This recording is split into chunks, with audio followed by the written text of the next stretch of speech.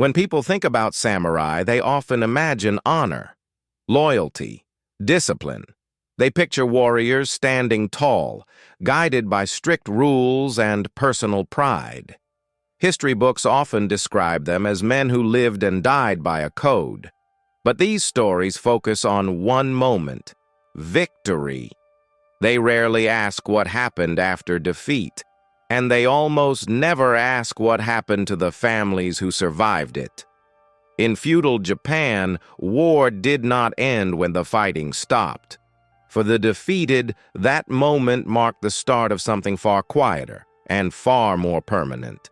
Samurai society was built on loyalty. Every warrior served a lord. Every lord demanded obedience. Victory brought rewards. Defeat brought consequences. And those consequences did not stop with the man who fought. Families were not separate from warriors. A man's success belonged to everyone connected to him, and so did his failure. If a warrior lost, his wife did not remain protected. His children did not remain safe. His parents did not remain respected. Honor was shared. So was punishment. Before battles were even fought, families understood this risk. They knew defeat was never simple. It did not mean retreat. It did not mean survival. It meant being judged. As armies gathered, fear entered homes quietly. Families waited in silence, listening for news they did not want to hear. They packed belongings without knowing if they would be allowed to keep them. They memorized faces, unsure if they would ever see them again. Nothing was said out loud, because saying it did not change anything. Samurai warlords, known as daimyo, controlled land and law. Their authority was absolute. When they decided a family's fate, there was no appeal, no negotiation. Their judgment defined who could remain and who could not. Defeat was not only military, it was social.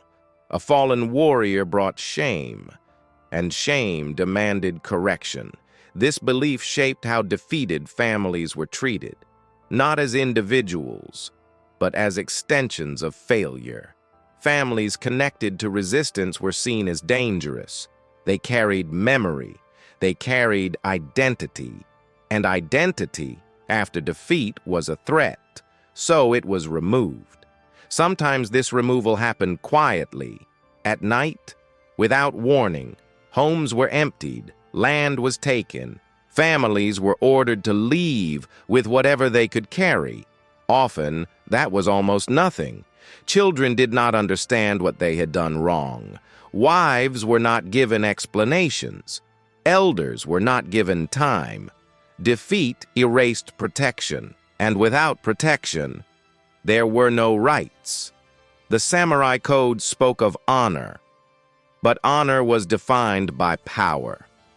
What happened to defeated families was not described as cruelty. It was described as order.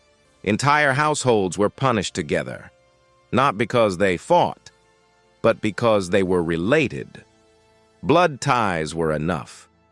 Guilt did not need proof. Family names were stripped away. Lineages that had existed for generations vanished from records. Once known households disappeared overnight, as if they had never existed at all. Fear was not expressed openly. That was dangerous. Families learned to stay silent. Silence became a form of survival. Children grew up learning not to ask questions, not to speak about the past, not to remember too clearly. Memory itself became something to control. Women carried much of this weight. They were expected to hold families together after defeat. But they were given no power to change what had happened. Endurance was expected, not explanation. Elders watched everything they had built disappear. There was no place to grieve publicly. Grief had to remain hidden. Defeated families became dependent on others. Their status was gone. Their past no longer mattered. They became invisible. This invisibility was intentional. By erasing defeated families, samurai warlords sent a clear message. Resistance would not be remembered. History recorded battles, victories, strategies. It did not record what followed defeat inside homes. That story was not useful to those in power, so it was left unfinished. For the families who survived, defeat did not arrive with noise. It arrived quietly, and it did not end quickly. What followed was controlled, deliberate, and still unfolding. Defeat was not announced only on the battlefield. It was announced in villages, in homes, in quiet spaces where families waited. When news arrived, it was often brief, a banner removed, a messenger sent away. Nothing dramatic, but everyone understood what it meant. Once a samurai was defeated, his family was no longer protected by law. Protection had to be earned, and defeat erased it. From that moment, the family existed at the mercy of the victor. The first thing taken was land. Land was power. Land was identity. Homes that had belonged to families for generations were seized. Fields were reassigned. Property changed hands without discussion. Families were expected to leave quietly. This removal did not follow one rule. Sometimes it was immediate. Sometimes it was delayed. But it always arrived. Families learned to live with uncertainty, knowing that at any moment everything could be taken. Displacement followed confiscation. Families were forced to move without knowing where they would go. Some were sent to distant regions, others were scattered among different households. Staying together was rarely allowed. Separation weakened resistance. That was the purpose. Children were sent away to serve other families. Women were placed into dependency. Elders were left without support. Each move reduced identity further. Names lost meaning. Family names that once carried respect were removed from records. In some cases, new names were assigned. In others, no name was allowed at all. Without a name, lineage ended. This erasure was not violent in appearance. There were no battles, no swords raised, but it was permanent. Women experienced this loss in silence. They were expected to adapt without complaint. Marriage decisions were no longer theirs. Work was assigned without choice. Their past did not protect them. It followed them as a shadow. Children learned quickly that their history was dangerous. They were told not to speak about where they came from, not to mention their former name. Curiosity brought punishment. Silence brought survival. Education, when allowed, focused on obedience, not memory, not pride. The goal was not growth, it was control. Families that had once been respected became dependent on others for food and shelter. Their labor replaced their identity. They worked quietly. They remained invisible. Some families were monitored closely. Any sign of resentment was treated as a threat. Any gathering was questioned. Defeat did not end suspicion. It began it. Punishment was not always immediate. Sometimes it was delayed by years. A child grown too confident, a family remembered too clearly. That was enough. Samurai warlords understood something important. Erasing memory was more effective than violence. A family without history could not rebel. A family without identity could not unite. This system created fear that lasted beyond one generation. Children inherited caution. Grandchildren inherited silence. Defeat reshaped behavior long after the battle was forgotten. The samurai code spoke of honor, but honor did not protect the defeated. It justified their removal. Order was valued more than justice. Chroniclers described this as stability. They wrote about peace restored. They did not write about the cost of that peace. The cost lived quietly inside families. Over time, these families disappeared from official history, not because they vanished suddenly, but because they were slowly erased, piece by piece. Records ended, names stopped appearing, lineages dissolved. What remained was absence. To later generations, it appeared as if these families had never existed. But absence was not emptiness. It was the result of deliberate removal. For those living through it, survival required adaptation. They learned new roles, new rules, new limits. They learned when to speak and when not to. This control did not rely on constant force. It relied on fear becoming normal. Once fear settled in daily life, enforcement was no longer needed. Defeated families were not destroyed in one moment. They were reshaped. And reshaping took time.